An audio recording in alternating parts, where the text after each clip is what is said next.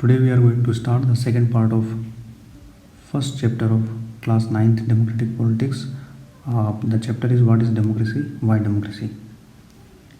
In part 1 we had discussed about the two features of true democracy, and first feature was in a democracy the final decision making power must rest with those elected by the people, और इसको समझने के लिए हमने पाकिस्तान का example लिया था.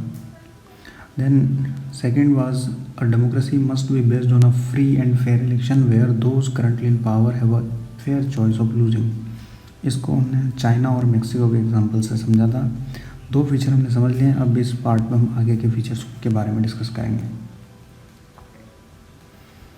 Start करते हैं यूनिवर्सल एडल्ट फ्रेंचाइज से. तो आप में से सभी ने लगभग यूनिवर्सल एडल्ट फ्रेंचाइज के बारे में सुना होगा, because in your previous classes in social science books universal adult franchise was discussed. और हम जानते हैं कि यूनिवर्सल एडल्ट फ्रेंचाइज का मतलब होता है the right to vote without any discrimination. जब किसी भी कंट्री में लोगों को वोटिंग का राइट दिया जाता है और वोटिंग का राइट बिना किसी डिस्क्रिमिनेशन के होता है, तो that is called universal adult franchise. लेकिन हम यहाँ पर 3 एग्जाम्पल देखेंगे डिफरेंट कंट्रीज़ की, और देखेंगे किस तरह से वहाँ पर यूनिवर्सल एडल्ट फ्रेंचाइज को कम्प्लीटली सभी को नहीं दिया गया और डिस्क्रिमिनेशन किया गया. तो सबसे पहले हम शुरू करते हैं सऊदी अरेबिया से. सऊदी अरेबिया की एक बार हम मैप में लोकेशन देख लेते हैं, वर्ल्ड मैप में. ये वर्ल्ड मैप और यहाँ पर है सऊदी अरेबिया. सऊदी अरेबिया में क्या था? In Saudi Arabia women did not have the right to vote till 2015. Saudi Arabia में जो पार्लियामेंट है उसके लिए इलेक्शन होते हैं, और उन इलेक्शंस में केवल मेल पॉपुलेशन, केवल जो पुरुष जनसंख्या है उसी को वोटिंग का राइट था टिल 2015. दूसरा एग्जांपल लेते हैं एक और दूसरे कंट्री का, दैट इज़ एस्तोनिया. चलिए एक बार मैप में लोकेशन देखते हैं. ये Estonia is a European country. यहाँ पर आप देखें ये एस्तोनिया नाम का कंट्री है, और before 1990 it was the part of USSR. जब रशिया को यूएसएसआर कहा जाता था उस समय उसका पार्ट था. 1990 में जब 15 कंट्रीज अलग हुए तो एस्तोनिया भी रशिया से अलग हो गया. अब यहाँ पर किस तरह का अरेंजमेंट हम देखते हैं. Estonia has made its citizenship rules in such a way that people belonging to Russian minority and find it difficult to get the right to vote. जो एस्तोनिया में जो लोग रहते हैं, एक तो एस्तोनियन है और दूसरे रशियन है. तो रशियन जो है वो माइनॉरिटी में है, और उन्होंने अपने रूल्स इस तरह के बनाए हुए हैं कि जो रशियन है उन्हें वोटिंग का राइट इजीली नहीं मिल पाता. एस्तोनियन को तो बहुत इजीली वोटिंग राइट मिल जाता है, लेकिन रशियन को वोटिंग राइट इजीली नहीं मिल पाता. अब तीसरा एग्जांपल लेते हैं फिजी नाम के कंट्री का. चलिए एक बार इसको मैप में हम देख लेते हैं, इसकी लोकेशन कहाँ है. यहाँ देखें पैसिफिक ओशन में, ये मैं सर्कल जहाँ पर लगाया वहाँ पर आपको बहुत छोटा सा फिजी लिखा हुआ दिख रहा है. ये एक आइलैंड कंट्री बहुत छोटा है. अब फिजी जो है उन्होंने अपने यहाँ किस तरह से यूनिवर्सल एडल्ट फ्रेंचाइज को देने में डिस्क्रिमिनेशन किया हुआ है देखते हैं. The electoral system is such that the vote of an indigenous Fiji has more value than that of an Indian Fijian. यहाँ पर दो तरह के जो लोग हैं उनको हम दो कैटेगरी में बांट सकते हैं. एक तो जो इंडिजिनस फिजियन मतलब वो हो गया जो यहाँ के नेटिव पीपल है और जो यहाँ शुरुआत से ही रहते आए हैं. और दूसरी जो यहाँ पर ग्रुप है वो है इंडियन फिजियन का. इंडियन फिजियन वो लोग हैं जो जिनके एंसेस्टर्स, जिनके पूर्वज जब कॉलोनियल पीरियड के समय उनको यहाँ से इंडिया से काम करने के लिए इधर ले जाया गया और बाद में वो वहीं पर सेटल हो गए. तो एक तो इंडिजिनस फिजियन है और एक इंडियन फिजियन है. तो वोटिंग का जो राइट दिया जाता है यूनिवर्सल फ्रेंचाइज, किस तरह से उसमें डिस्क्रिमिनेशन है कि जो इंडिजिनस फिजियन है उसके वोट की वैल्यू इंडियन फिजियन के वोट की वैल्यू से बहुत ज़्यादा है. इंडियन फिजियन के वोट की वैल्यू बहुत कम है. तो इस तरह से ये यहाँ पर वोटिंग का राइट तो दिया हुआ है लेकिन वोट की वैल्यू बहुत कम है. अब हम इन तीनों एग्जांपल में देखते हैं कि एक जो बेसिक प्रिंसिपल है डेमोक्रेसी का, it has been violated in all this 3 examples. और वो बेसिक आइडिया क्या है, बेसिक प्रिंसिपल क्या है? Democracy is based on a fundamental principle of political equality. Political equality की बात करती है डेमोक्रेसी, राजनीतिक समानता की बात करती है। और राजनीतिक समानता की शुरुआत ही यहाँ से होती है कि जब आप वोटिंग का राइट सब लोगों को इक्वली प्रोवाइड कराते हो, सबको बराबर देते हो। लेकिन हम इन तीनों एग्जाम्पल में देख रहे हैं कि ये फॉलो नहीं किया जा रहा है। तो अब हम इससे जो हमारा थर्ड फीचर है ट्रू डेमोक्रेसी का, वो निकल के आता है, उसको हम देखते हैं। In democracy each adult citizen must have one vote.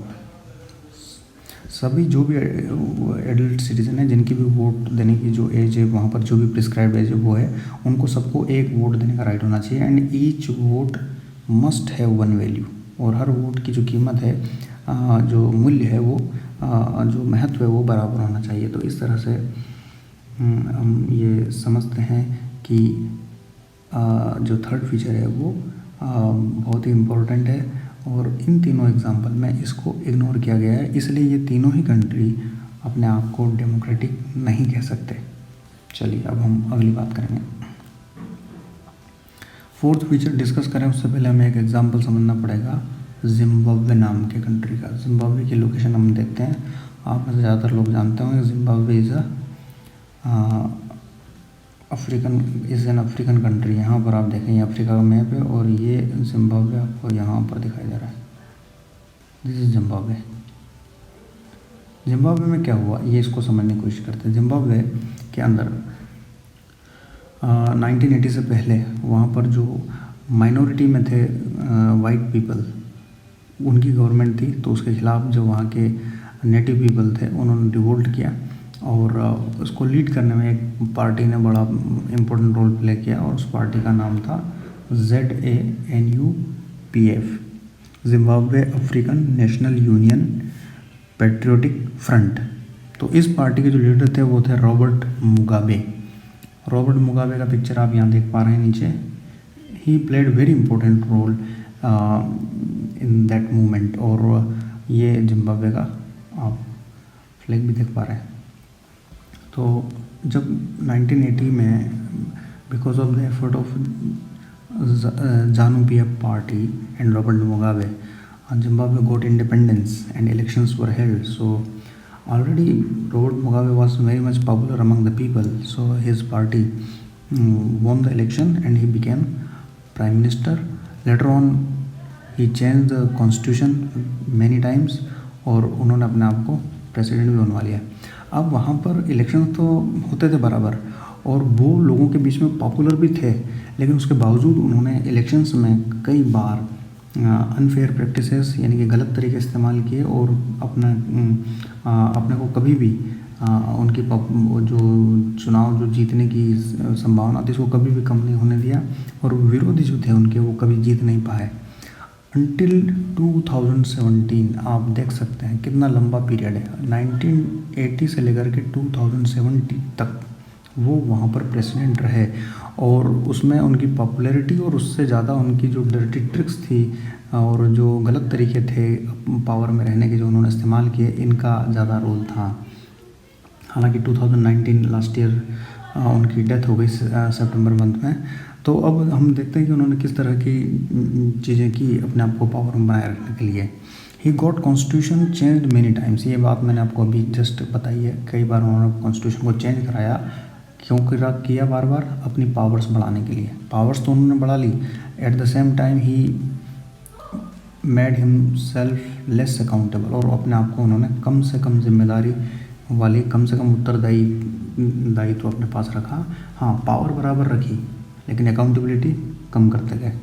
तो ये तो बिल्कुल गलत है। जिसको गवर्नमेंट चलानी है उसे अकाउंटेबिलिटी भी लेनी होती है, लेकिन उन्होंने अपने मुताबिक जब चाहा जब कॉन्स्टिट्यूशन को चेंज किया अपनी मर्ज़ी के मुताबिक। अब इसके अलावा जो पॉलिटिकल पार्टीज़ थी, जो अपोजिशन पार्टीज़ थी, उनको हैरास करने का काम किया गया।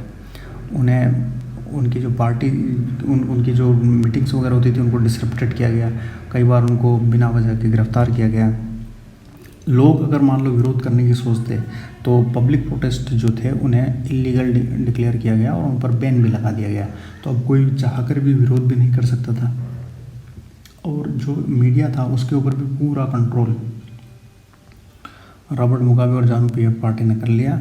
अगर कोई मीडिया ज़रूरत से ज़्यादा, कोई अखबार, कोई टेलीविज़न, कोई रेडियो वगैरह, कोई भी उनको ज़रूरत से ज़्यादा अगर क्रिटिसाइज़ करता तो फिर उसको कई प्रॉब्लम फेस करनी पड़ती। कई बार उनको अपने लाइसेंस वगैरह जो थे वो रद्द कर दिए जाते थे उनके।